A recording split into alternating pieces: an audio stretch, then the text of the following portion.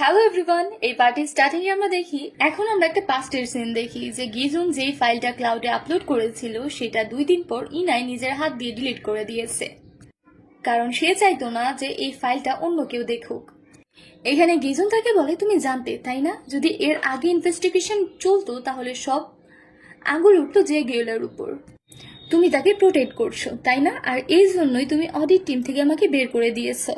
ইনা তাকে বলে, এই ফাইলটা আমি নিজেই ইনভেস্টিগেশন করেছি, কিন্তু এর মাঝে আমি কিছুই পাইনি, এমন কিছুই না যেটা তুমি ভাবছো, এই জন্য আমি নিজে ডিলিট করে ফেলেছি। গিজুন তাকে বলে, তোমার অধিকার নেই যে তুমি এটা ডিলিট করবে, এটা অনেক বড় একটা ইস্যু, তোমার দরকার ছিল বোর্ড অফ ডিরেক্টরকে এই রিপোর্টটা দেখানো। গিজুন বলে, এর থেকে কি বের হতো, অল্প ছোট্ট একটা ইস্যু যেটা জেগিল হ্যান্ডেল করতে পারতো, কিন্তু তুমি ভাবছিলে যে ও হার্ট হয়ে যাবে, তুমি ওকে প্রোটেক্ট করছিলে। আর এইসব কিছু বলে গিজুন সেখান থেকে চলে যায়। এখন পুরো একদিন পর সে বাসায় এসেছে, আর বাসায় এসেই সে সোজা ঘুমিয়ে পড়ে। অন্যদিকে আমরা ইনাকে দেখি যে ডিসাইড করে ফেলেছিল যে এই রিপোর্টটা সে বোর্ড অফ ডাইরেক্টরের সামনে রাখবে, যেমনটা গিজুন বলেছে। পরদিন আমরা দেখি যে অনেক ইম্পর্টেন্ট একটা মিটিং চলছে, যেখানে ইনা তাদেরকে বলে, আমি অডিট টিম থেকে আপনাদেরকে একটা রিপোর্ট শো করতে চাই। কিন্তু আজকের মিটিংটা আরেকটা ইম্পর্টেন্ট ইস্যুর জন্য হচ্ছিল যে সাংগিয়ন কো ভাইস প্রেসিডেন্ট হতে চাইছিল জে গিয়লের সাথে। এই জন্য সে অনেকগুলো শেয়ার হোল্ডারকে নিজের সাইড করে নিয়েছিল, আর যখন ভোটিং করা হয় তখন সেটা ক্লিয়ারলি সাংগিয়লের তরফে যাচ্ছিল। এখন সে এতটা স্ট্রং হয়ে গিয়েছিল যে তার ড্যাডের পর জে গিয়লের সাথে ভাইস প্রেসিডেন্টের পোস্টটা সে শেয়ার করছে। আর এটা অনেক বড় শখ যেটা জে গিয়লের লেগেছে। তার সব বিশ্বস্ত লোক যেগুলো ছিল তারা সবাই সাংগিয়লের সাইডে আছে। এখন এই টাইমে ইনার মনে হচ্ছিল না যে সে এই রিপোর্টটা দেখা, কারণ অলরেডি সে অনেক বড় একটা ধাক্কা খেয়েছে। এখন এটা যদি দেখে তাহলে সে ভেঙে যাবে, এই জন্য সে ওই রিপোর্টটা প্রেজেন্টই করে না। এখন সব জায়গায় এটা নিয়ে গসিপ চলছিল যে সাংগিয়ল কিভাবে তার ভাইয়ের সাথে মোকাবেলা করছে, আর এখন তাদের দুইটা সিইও হয়ে গেছে। ওইদিকে আমাদের গিজুন অনেক টেন্স ছিল, কারণ তার মনে হচ্ছিল ইনাই সবকিছুর জন্য অনেক টেন্স হবে। আর তাছাড়াও কালকে সে ইনাকে অনেকগুলো কথা শুনিয়ে ফেলেছে। সে বারবার তাকে কল করে, বাট ইনা তার কল পিকই করে না। ইনা অনেক বেশি টেন্স ছিল, তাই সে ড্রিঙ্ক করে ফেলে, আর ড্রিঙ্ক করে লেট ওঠার কারণে সে অফিসে যায় না। এরপর সে এইচআরকে কল করে বলে দেয় যে গিজুনের যে প্রমোশনটা হয়েছে সেটা যেন তাড়াতাড়ি করা হয়, আর তাকে জলদি ইউএসএ পাঠিয়ে দেওয়া হোক। পরদিন যখন গিজুন অফিসে যায় তখন সে জানতে পারে যে তাকে এখান থেকে তাড়াতাড়ি র্যাপ আপ করে ইউএসএ যেতে হবে। যেটা শুনে গিজুন অনেক চিল্লায় যে আমার বসও তো আসেনি, অন্তত ইনাকে বলে দেখ। তখন সে তাকে বলে যে এটা ইনাই অর্ডার করেছে। যেটা শুনে গিজুন অনেক রেগে যায়, আর যখনই লেট ইনা অফিসে আসে তখন সে গিয়ে তার সাথে কথা বলতে চায়। আর যাওয়ার আগে ওই টয়টাও দেখে ফেলেছিল যেটা সে ইনাকে গিফট করেছে। এখন গিজুনের মনে হচ্ছিল যে বাস আমার কাহিনী তো এখানেই শেষ। সবার সামনে ইনার সাথে সে ঝগড়া করে। এরপর ইন্টারভিউ রুমে এসে তাকে বলে যে তুমি সব কিছু জে গিয়েলের জন্য করছো তাই না, কোথাও আমি তার কভার ব্লো না করে দেই, তুমি এই পর্যন্ত যেতে পারো, এখন কি তুমি তার সাথে আবার রিলেশনশিপে আসছো?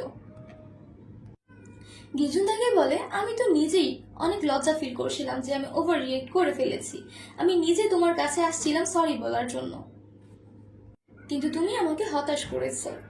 এর উত্তরে ইনা তাকে বলে, তুমি চুপচাপ ইউএসএ চলে যাও, তোমার প্রমোশন হচ্ছে এমন জায়গায় যে জায়গায় যাওয়ার জন্য মানুষ বছরকে বছর ট্রাই করে। এখন গিজুনের কাছে এই সব কিছু মিথ্যে লাগছিল। সে বলে, তুমি ওই বাচ্চাদের স্টোরি বুকের মতো কি নিজের প্ল্যানেটে ফেরত চলে যাচ্ছ? ইনা তাকে বলে, আমি তোমাকে উত্তর দিতে চাই না, এটা বলে চলে যায়। গিজুন অনেক বেশি আপসেট হয়ে যায়। অন্যদিকে আমরা যে কিয়লকে দেখি যে তার পজিশনে তার কোনো পরোয়াই নেই, সে নিজেকে সিকিউরিটি করতে চায় না। এরপরের মিটিং এ সে সবাইকে বলে, আমি নেক্সট উইক জেজু আইল্যান্ডে যাব, ফরেন থেকে কিছু ইনভেস্টার আসবে, তাদের ইনভেস্টমেন্ট নিয়ে ডিসকাস করব। আর সবার সামনে ইনাকে বলে যে তুমি আমার সাথে যেও। এই ব্যাপারটা সেক্রেটারি পার্ককে অনেক বদার করে, কারণ সে এমন কিছু জানতো যেটা সে অনেক আগে থেকেই জানে। যখন সিইও তাকে তার স্টুডিও থাকতে দিয়েছিল তখন সে সিইওর কিছু পুরনো মেমোরি দেখে ফেলেছিল। ইনা আর জে গিয়ল জেজু আইল্যান্ডে তাদের ফার্স্ট ডেটে গিয়েছিল, আর আজ হয়তো বা এই মেমোরিগুলোই মনে করার জন্য সে আবার তার সাথে সেখানে যেতে চায়। পার্ক থেকে বলে যে বস, আপনার এই টাইমে ইনার ব্যাপারে ভাবা ছাড়াও অন্য কিছু করা দরকার। মানুষ আপনার ব্যাপারে কেমন টাইপের কথা বলছে, আপনি কি মেজারেবলি হেরে যাবেন? আজ সে শুধু আপনার সাথে পজিশন শেয়ার করেছে, কাল দেখা যাবে সে আপনাকে এখান থেকে বের করে দেবে। আপনি কি ওই মেয়েটার জন্য সত্যিই মরে যাবেন? এর উত্তরে জেগিয়া বলে যে এই কথাগুলো মানুষরা বলছে সত্যিই বলছে, আর হ্যাঁ, আমি ইনার জন্য সবকিছু করতে পারি। আমার আগে থেকেই অনেক বেশি আফসোস যে আমি ওর জন্য স্ট্যান্ড নিতে পারিনি। অন্যদিকে আমরা গিজুনকে দেখি যে হার মেনে তার ইউএসএ যাওয়ার জন্য সব প্রিপারেশন করছিল। মিস পার্কও তার সাথে হেল্প করছিল তার প্যাকিং করতে। মিস পার্ক তো অনেক বেশি স্যাড ছিল, কিন্তু গিজুন সেটা শো করে না যে সেও স্যাড। তখনই তার বাসায় কলিং বেল বাজে। বাইরে গিজুনের সিস্টার এসেছিল। যখন সে পার্ককে দেখে তখন অনেক শকড হয়ে যায়। তার বোন এসে তাকে অনেক বকে, যেসব কি চলছে, অফিসে তোমার একটা মেয়ের সাথে চক্কর চলছে আর বাসায় তুমি অন্য আরেকটা মেয়ে রেখেছো। আমার তো লজ্জা হচ্ছে তোমাকে নিজের ভাই বলতে। তখন গিজুন বলে, হসপিটালে যে মেয়েটা আমার কাছে এসেছিল সে আমার জন্য কোনো ফিলিংসই রাখে না, সে অন্য কারো কাছে চলে যাচ্ছে। কিন্তু তার বোন তাকে বলে, ও কি নিজে তোমাকে এটা বলেছে? গিজুন বলে, হ্যাঁ এমনটাই। তখন তার বোন বলে, তুমি তো মেয়েদেরকে বোঝোই না, ও মুখে যেটা বলছে সেটাকে বিশ্বাস করো না, আর ওর মনের ভিতরে কি চলছে সেটা বোঝার চেষ্টা করো। হতে পারে যে সে মিথ্যা বলছে, কারণ আমি তার মধ্যে তোমার জন্য যে চিন্তাটা দেখেছি সেটা মিথ্যা হতে পারে না। অন্যদিকে আমরা ইনাকে দেখি যে জেগিওলের সাথে জেজু আইল্যান্ডে গিয়েছে আর কিছু ফরেনারের সাথে মিটিং করছে। জেগিওলের তো বারবার তার পুরনো দিনের কথা মনে হচ্ছিল, কিন্তু ইনা একেবারেই প্রফেশনাল বিহেভ করে। অন্যদিকে আমরা গিজুনকে দেখি যে তার একটা মিসআন্ডারস্ট্যান্ডিং ক্লিয়ার হয়ে গেছে, কারণ সে ডাস্টবিনে যেই টয়টা দেখেছিল সেটা ইনার না, সেটা অন্য কারো হতে পারে, কারণ সে আজকে ইনার কারে তার ওই টয়টাই দেখেছিল। আর এটাই সেই সময় ছিল যখন সে ডিসাইড করে ফেলেছে যে সে ইনার পেছনেই যাবে। সে তাড়াতাড়ি তার গাড়ি স্টার্ট করে আর সেক্রেটারি পার্ককে ফোন করে জিজ্ঞেস করে, তুমি কি জানো তারা কোন হোটেলে থাকছে? পার্ক জিজ্ঞেস করে, তুমি কি সত্যিই যাচ্ছ? পাগল তুমি। আর সাথে তাকে অ্যাড্রেসটাও বলে দেয়। অন্যদিকে জেগিওল বারবার পুরোনো দিনের কথা বলতে চাইছিল, কিন্তু ইনা তার সাথে কথা ঘুরিয়ে পেঁচিয়ে কাজেই নিয়ে আসে।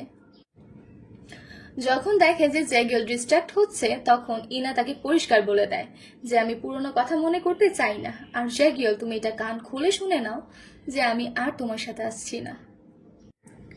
আমার অনেক বেশি আফসোস হচ্ছে, কারণ আমি কারোর সাথে অনেক খারাপ বিহেভ করেছি, নিজের থেকে দূরে সরিয়েছি। জেগিওল বুঝে যায় যে সে গিজুনের ব্যাপারে কথা বলছে। এরপর সে তাড়াতাড়ি মিটিং ডিসমিস করে আর হোটেলে আসে, আর সেখান থেকে চেক আউট করে ফেলে। সে যখন তার জিনিসপত্র নিয়ে রাস্তায় হাঁটছিল আর ভাবছিল সত্যি কি অনেক দেরি হয়ে গেছে, কোথাও সে ইউএসএ তে চলে যায়নি, আমি কোথায় ওকে খুঁজবো। আর এর সাথে তার কানে জোরে জোরে ডাক শোনা যাচ্ছিল যে কেউ পেছন থেকে তাকে ডাকছে। যখন সে পেছনে তাকায় তখন সে দেখে যে গিজন পাগলের মতো দৌড়ে তার কাছে আসছে। ইনা সামনে আসে আর আসতেই তাকে কিস করে নেয়। আর এই কিসিং সিনটার সাথেই আজকের পার্টটা শেষ হয়ে যায়। যদি ভিডিও ভালো লাগে তাহলে অবশ্যই আমার চ্যানেলকে সাবস্ক্রাইব করবেন, লাইক, কমেন্ট এন্ড শেয়ার করবেন। Stay connected, bye bye.